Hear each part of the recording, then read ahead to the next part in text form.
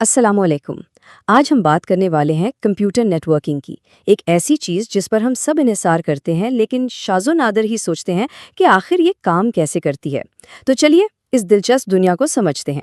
کبھی سوچا ہے کہ جب ہم ایک بٹن کلک کرتے ہیں تو وہ میسیج یا ویڈیو فوراً پلک جھپکتے ہی دنیا کے دوسرے کونے تک کیسے پہنچ جاتی ہے؟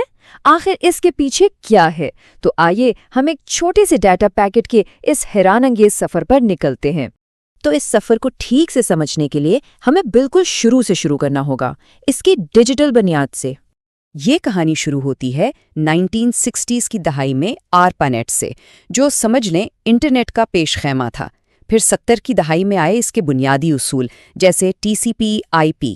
90s کی دہائی میں ورلڈ وائڈ ویب نے تو جیسے اسے عام لوگوں کے لیے کھول ہی دیا۔ اور آج ہم 5G اور انٹرنیٹ آف تھنگز کے دور میں ہیں، جہاں ہر چیز کنیکٹڈ ہے۔ سوچنے کی بات ہے کتنی تیزی سے یہ سب بدلا ہے۔ تو سوال یہ ہے کہ آخر انٹرنیٹ ہے کیا؟ آسان لفظوں میں سمجھیں تو یہ ایک نیٹ ورکس کا نیٹ ورک ہے، ایک ایسا جال جس نے اربوں ڈیوائسز کو آپس میں جوڑ رکھا ہے۔ یہ وہ نہ دکھنے والی بنیاد ہے جس پر ہماری پوری ڈیجیٹل زندگی کھڑی ہے۔ اوکے، تو ہمارا ڈیٹا پیکٹ اب سفر کے لیے بالکل تیار ہے، لیکن کسی بھی سفر پر نکلنے سے پہلے سب سے ضروری چیز کیا ہوتی ہے؟ ایڈریس، منزل کا پتہ، بالکل ویسے ہی جیسے ایک خط کے لیے ضروری ہوتا ہے۔ اور انٹرنیٹ کی دنیا میں یہ ایڈریس کہلاتا ہے IP ایڈریس۔ اسے ڈیوائس کا میلنگ ایڈریس سمجھ لیں۔ یہی وہ چیز ہے جو ڈیٹا پیکٹس کو بتاتی ہے کہ بھائی جانا کہاں ہے۔ لیکن یہاں ایک بہت بڑا مسئلہ کھڑا ہو گیا۔ ڈیوائسز اتنی تیزی سے بڑھنے لگیں، ہمارا فون، لیپ ٹاپ، سب کچھ، کہ جو پرانا سسٹم تھا IPv4، اس کے پاس ایڈریس ہی ختم ہونے لگے۔ یہ چارٹ دیکھیں، صاف پتہ چل رہا ہے صرف 4.2 ارب ایڈریسز، اور ڈیوائسز 20 ارب سے بھی زیادہ۔ یہ تو کام نہیں چلنے والا تھا۔ تو اس مسئلے کو حل کرنے کے لیے ایک نیا سسٹم لایا گیا، IPv6۔ اس کے پاس اتنے ایڈریسز ہیں کہ ہم سوچ بھی نہیں سکتے، عملی طور پر لامحدود۔ اس کا مطلب کیا ہے؟ اس کا مطلب یہ ہے کہ آنے والے وقت میں شاید ہمارے گھر کے ہر لائٹ بلب کا، ہر چھوٹی سے چھوٹی ڈیوائس کا اپنا ایک منفرد IP ایڈریس ہوگا۔ لیکن کہانی صرف IP ایڈریس پر ختم نہیں ہوتی۔ ایک اور چیز ہے، MAC ایڈریس۔ اب فرق کیا ہے؟ ایسے سمجھیں، IP ایڈریس کسی کے گھر کا پتہ ہے، اگر گھر بدلا تو پتہ بھی بدل گیا، سادہ سی بات ہے۔ لیکن MAC ایڈریس وہ ڈیوائس کا اپنا سیریل نمبر ہے، اس کا فنگر پرنٹ، وہ کبھی نہیں بدلتا، ڈیوائس کے ساتھ ہمیشہ رہتا ہے، مستقل۔ اوکے، تو ایڈریس کا چکر تو سمجھ آ گیا۔ اب دیکھتے ہیں کہ ہمارا ڈیٹا پیکٹ اپنے گھر کے اندر یعنی لوکل نیٹ ورک میں کیسے گھومتا ہے۔ یہاں ہیرو بن کر آتا ہے سوئچ۔ اسے لوکل نیٹ ورک کا میل سارٹر سمجھ لیں۔ اس کا کام کیا ہے؟ یہ اس مستقل MAC ایڈریس کو یعنی ڈیوائس کے فنگر پرنٹ کو دیکھتا ہے اور ڈیٹا کو سیدھا اسی ڈیوائس تک پہنچا دیتا ہے۔ کوئی کنفیوژن نہیں۔ چلیں، لوکل سفر تو ہو گیا، اب وقت ہے ہمارے پیکٹ کے لیے اپنے گھر سے باہر نکل کر پوری دنیا کے سفر پر جانے کا۔ اور اکثر لوگوں کو لگتا ہے کہ یہ سب کچھ ہوا میں سیٹلائٹ کے ذریعے ہوتا ہے، لیکن ایسا بالکل نہیں ہے۔ حقیقت یہ ہے کہ ڈیٹا سمندروں کے نیچے بچھی ہوئی فائبر آپٹک کیبلز کے ایک بہت بڑے پوشیدہ نیٹ ورک کے ذریعے سفر کرتا ہے۔ حیرانی کی بات ہے نا؟ اب اس عالمی ہائی وے پر ٹریفک کنٹرول کون کرتا ہے؟ وہ کام ہے راؤٹر کا، بالکل ایک ٹریفک کاپ کی طرح۔ یہ الگ الگ نیٹ ورکس کو آپس میں جوڑتا ہے اور ڈیٹا کے لیے سب سے بہترین، سب سے تیز راستہ ڈھونڈ کر نکالتا ہے۔ لیکن ایک منٹ، راؤٹر کو یہ کیسے پتا چلتا ہے کہ مثال کے طور پر google.com کا IP ایڈریس کیا ہے؟ یہاں کام آتا ہے DNS یعنی ڈومین نیم سسٹم۔ اسے انٹرنیٹ کی فون بک سمجھ لیں۔ ہم انسان نام یاد رکھتے ہیں جیسے google.com۔ DNS اس نام کو کمپیوٹر کی زبان میں یعنی IP ایڈریس میں ٹرانسلیٹ کر دیتا ہے۔ اچھا جی، تو راستہ بھی مل گیا۔ لیکن آپس میں کمیونیکیشن کے لیے ساری ڈیوائسز کا ایک ہی زبان بولنا ضروری ہے، آپس میں متفق ہونا ضروری ہے۔ انٹرنیٹ کی دنیا میں اس زبان کو کہتے ہیں پروٹوکالز۔ یہاں 2 مین پلیئرز ہیں، ٹی سی پی اور یو ڈی پی۔ ان میں فرق کیا ہے؟ دیکھیں، ٹی سی پی تھوڑا آہستہ ہے لیکن قابل اعتماد ہے، پورا ڈیٹا آئے گا اس کی گارنٹی ہے، اس لیے ویب براؤزنگ جیسی چیزوں کے لیے بہترین ہے۔ دوسری طرف ہے یو ڈی پی، یہ سپر فاسٹ ہے لیکن اس میں ڈیٹا ضائع ہو سکتا ہے، اس لیے آن لائن گیمنگ کے لیے بہتر ہے جہاں رفتار سب سے ضروری ہے، تھوڑا بہت لیگ بھی قبول ہے۔ تو ٹی سی پی یہ بھروسہ کیسے بناتا ہے؟ ایک سادہ سے 3 مرحلوں کے ہینڈ شیک کے ذریعے۔ سوچ لیں یہ ایک طرح کی سلام دعا ہیں۔ پہلے کلائنٹ SYN بھیجتا ہے، سرور SYN ACK سے جواب دیتا ہے، اور آخر میں کلائنٹ ACK بھیج کر کنیکشن پکا کر دیتا ہے۔ بس کنیکشن بن گیا۔ منزل تک تو پہنچ گئے، لیکن کہانی یہاں ختم نہیں ہوئی۔ اب ہمارے پیکٹ کی واپسی کا سفر ہے، اور اس سفر میں سب سے اہم چیز ہے سیکیورٹی۔ اور سیکیورٹی کا پہلا پہرے دار ہے فائر وال۔ یہ نیٹ ورک کا ڈیجیٹل سیکیورٹی گارڈ ہے۔ اس کا کام ہے آنے جانے والے ہر ٹریفک کو چیک کرنا، اور اگر کوئی بھی مشکوک چیز نظر آئے تو اسے فوراً روک دینا، بالکل ایک عمارت کے گارڈ کی طرح۔ لیکن صرف فائر وال کافی نہیں ہے۔ سائبر سیکیورٹی میں ایک بہت مشہور مثال دی جاتی ہے، بغیر انکرپشن کے کنیکشن استعمال کرنا بالکل ایک پوسٹ کارڈ بھیجنے جیسا ہے، راستے میں کوئی بھی اسے اٹھا کر پڑھ سکتا ہے۔ اور یہی وجہ ہے کہ ہم HTTPS جیسے پروٹوکالز استعمال کرتے ہیں۔ یہ کیا کرتے ہیں؟ یہ ہمارے ڈیٹا کو انکرپٹ کر دیتے ہیں، مطلب اسے ایک ایسے کوڈ میں بدل دیتے ہیں جسے کوئی پڑھ ہی نہ سکے۔ یوں سمجھ لیں کہ پوسٹ کارڈ اب ایک بند لفافے میں محفوظ ہے۔ تو یہ تھا ایک چھوٹے سے ڈیٹا پیکٹ کا سفر۔ اس پوری کہانی سے ایک بات تو صاف ہے، ہماری پوری ڈیجیٹل زندگی ان نیٹ ورکس کی اسی نہ دکھنے والی غائب بنیاد پر کھڑی ہے۔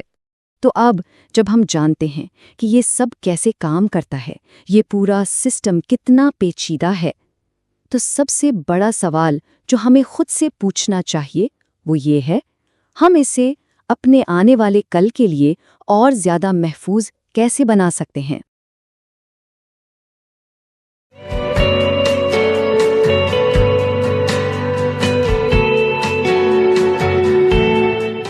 اصل میں ہم جب اپنے فون پر کوئی ویڈیو پلے کرتے ہیں تو ہمیں لگتا ہے کہ یہ سب کچھ بس ہوا میں ہو رہا ہے، یعنی کوئی بٹن دبایا اور میجیکلی سب چلنے لگ گیا۔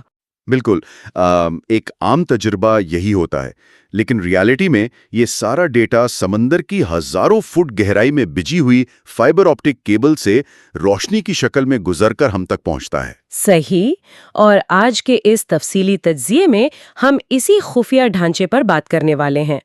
ہم نے WSCube سائبر سیکیورٹی کے ٹیوٹوریل سے جو پوائنٹس نکالے ہیں ان کا مقصد یہی ہے کہ اس انویزیبل راستے کو سمجھا جائے۔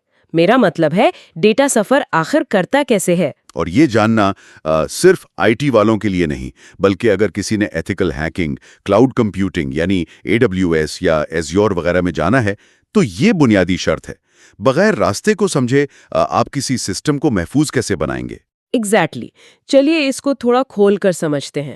اگر ہم تھوڑا پیچھے جائیں 1960 کی دہائی میں تو US ڈیفنس کے لیے ARPANET نے پہلا نیٹ ورک بنایا تھا، اور حیرانگی کی بات یہ ہے کہ اس وقت صرف 4 یونیورسٹیز اس سے جڑی ہوئی تھیں۔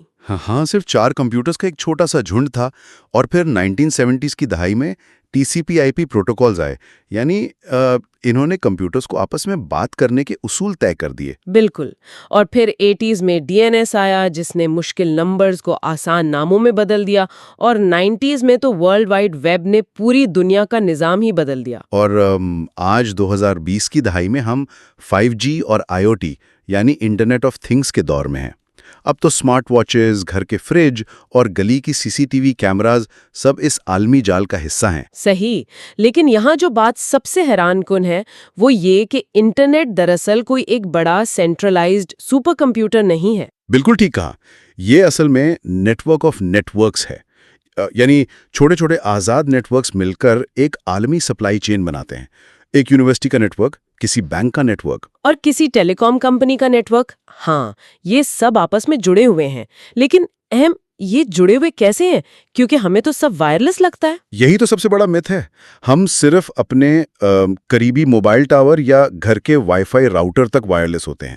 اس کے بعد سارا ڈیٹا انہی فزیکل فائبر آپٹک کیبلز کے ذریعے سفر کرتا ہے جو زمین اور سمندر کے اندر ہیں. واقعی. اور ان نیٹ ورکس کو ہم سائز کے حساب سے بانٹ سکتے ہیں، رائٹ؟ یعنی لین، مین اور وین. ایگزیکٹلی. لین یعنی لوکل ایریا نیٹ ورک، جو ہمارے گھر یا آفس کا چھوٹا سا محفوظ حصہ ہوتا ہے. پھر مین آتا ہے، میٹروپولیٹن ایریا نیٹ ورک، جو پورے شہر کی برانچز کو جوڑتا ہے. اور آخر میں وین، وائڈ ایریا نیٹ ورک، جو ان سمندری کیبلز کے ذریعے مختلف ممالک کو آپس میں ملا دیتا ہے. لیکن جب ڈیٹا اس اتنے بڑے وین پر نکلتا ہے تو اسے راستہ دکھانے کے لیے ڈیوائسز چاہیے ہوتی ہیں، ہب، سوئچ اور راؤٹر. ہاں، اور ان میں سے ہب تو اب تقریباً ختم ہی ہو گیا ہے. اس کی وجہ بہت مزے کی ہے. اصل میں ہب بالکل ایک ایسے شخص کی طرح ہے جو ایک بھرے ہوئے کمرے میں کھڑا ہو کر میگا فون پر زور زور سے آواز لگاتا ہے کہ یہ ڈیٹا پیکٹ کس کا ہے. صحیح مثال دی. اور اس سے ہوتا یہ ہے کہ باقی سب کا وقت ضائع ہوتا ہے اور نیٹ ورک پر شور مچتا ہے. اسی لیے ہب کی جگہ اب سوئچ نے لے لی ہے. سوئچ تھوڑا سمجھدار ہے نا، وہ اسی کمرے میں ایک خاموش ڈاکیے کی طرح ہے. بالکل. وہ شور نہیں مچاتا. وہ ہر پیکٹ پر لکھا ہوا میک ایڈریس پڑھتا ہے اور سیدھا اسی ڈیوائس کو ڈیٹا پکڑاتا ہے جس کا وہ ہوتا ہے. اور پھر جب ڈیٹا کو آپ کے گھر کے نیٹ ورک سے نکل کر باہر عالمی انٹرنیٹ پر جانا ہو تو وہاں راؤٹر اپنا کام شروع کرتا ہے. راؤٹر ایک ٹریفک پولیس والے کی طرح فیصلہ کرتا ہے کہ دنیا بھر کے راستوں میں سے اس پیکٹ کے لیے سب سے بہترین اور چھوٹا راستہ کون سا ہوگا.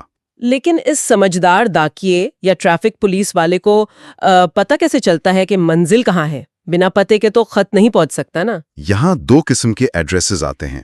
ایک فزیکل یعنی میک ایڈریس اور دوسرا لاجیکل یعنی آئی پی ایڈریس. میک ایڈریس تو ڈیوائس کے ہارڈ ویئر میں ہمیشہ کے لیے درج ہوتا ہے. یعنی وہ تبدیل نہیں ہو سکتا، رائٹ؟ ایک گاڑی کے چیسی نمبر کی طرح. ایگزیکٹلی. لیکن آئی پی ایڈریس وقت اور نیٹ ورک کے حساب سے بدلتا رہتا ہے. آپ گھر سے نکل کر کافی شاپ جائیں گے تو آپ کا آئی پی ایڈریس بدل جائے گا. یہاں آ کر بات واقعی بہت دلچسپ ہو جاتی ہے. میرا ایک اہم سوال ہے، IPv4 جو ہے جس میں تقریباً 4.2 بلین ایڈریسز بن سکتے ہیں، لیکن دنیا کی آبادی تو 8 بلین سے زیادہ ہے. اور ہر بندے کے پاس 2-3 ڈیوائسز بھی ہیں. بالکل. تو اس حساب سے تو یہ 4.2 بلین ایڈریسز بہت پہلے ختم ہو جانے چاہیے تھے. ایسا کیوں نہیں ہوا؟